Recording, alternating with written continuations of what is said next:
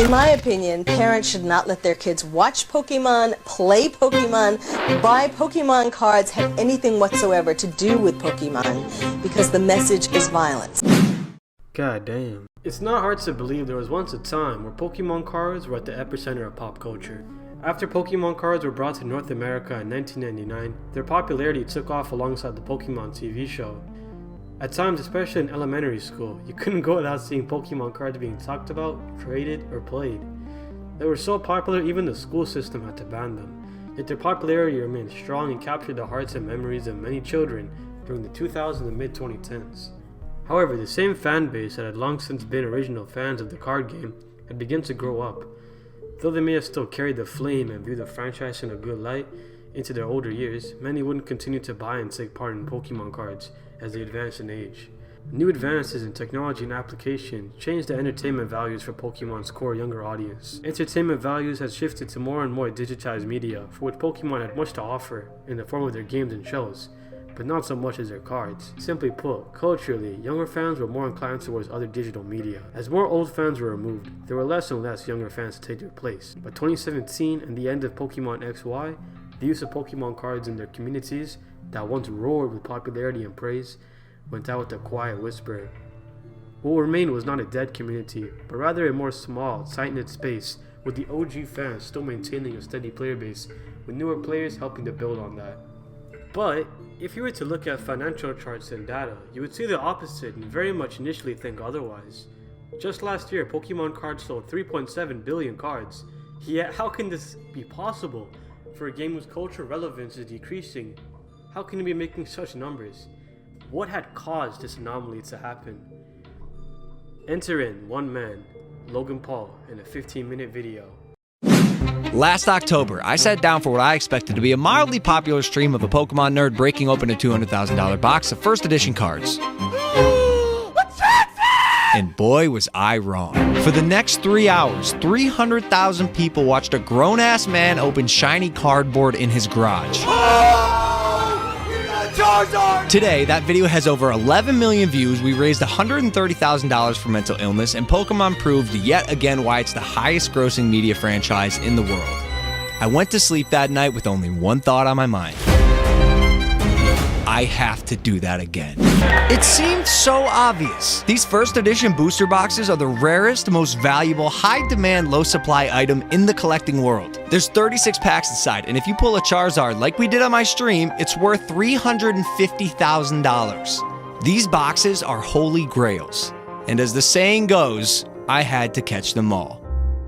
But here was the problem. Every person that talks about this record sale increases the price again and again. $11,000 for a booster pack that used to cost $4. First edition base set has sold at an auction $408,000. This is just completely arbitrary pricing because these are luxury goods. It's just based on demand, that's all it is. So although I bought one in September for $200K, they were only now selling for the price point that I set, between $300,000 and $400,000.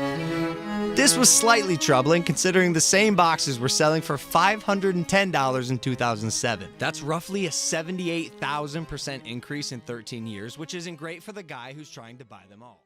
Though he definitely didn't know the unintentional consequences that one small such action could snowball into something much larger than himself.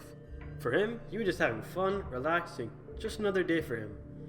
Nobody would have guessed what happened next, however. Although Logan Paul's video made Pokemon dozens of times more popular, it also ruined both the collecting and the playing aspect of the game in many ways. The sudden insane boom of the Pokemon community rising from the dead led many people, both young and old, taking on Pokemon card collecting as a new hobby. The Pokemon manufacturers themselves were unable to handle this new influx of demand, and the introduction of the global pandemic of COVID-19 wasn't helping shelves get restocked. This led to a major supply-demand problem, as there were 10 times as many Pokemon players as there were cards to buy. The solution to this? Enter in scalpers. Scalpers are people who buy cards as fast as possible by using methods such as automated bots to buy out store restocks the second they are available. They then take advantage of the demand for such products and resell the cards for up to 4 times the original market value. Another issue that this could cause was chase cards. Chase cards are cards with particular characters such as Charizard or Pikachu, and these cards were 100 times more valuable than every other card in the set. The problem with this is that the major companies such as Amazon and Walmart may have been selling repackaged products where an employee or other person has opened the packaging, taken all the good stuff, and left the product to be resold and now drained of all its original value. These shortages and high demands for cards even led to a huge increase in fake cards and packs being sold, with some even being scammed out of their money. Many retail stores had even begun to limit the sale of Pokemon cards like Target and Walmart, which those two companies for a time had stopped the sale of them altogether. Many adults and older fans that once played during the pandemic had begun to buy many of the older cards they couldn't have afforded when they were younger. Even Logic dropped $300k on a card. God damn. The effects of the Pokemon resurgence still linger to this day. Pokemon packs and cards are still far more expensive, and card collecting for Pokemon is now more of a costly endeavor than it has ever been in its long history. What was once a childhood game that stole our hearts has in many ways turned more into a cold, upfront, cynical business. Price changes and Pokemon's inability to meet high demand has created this situation where although Pokemon card trading is a very lucrative business, many of us can agree that the true essence and heart of actually enjoying, well, Pokemon cards, for what they are and bring, has declined heavily. We must truly ask ourselves the question, what is the cost of a resurgence in popularity, something we once enjoyed many years ago coming back to life? Well, as per the Pokemon example, some things may not come back the way we remembered them.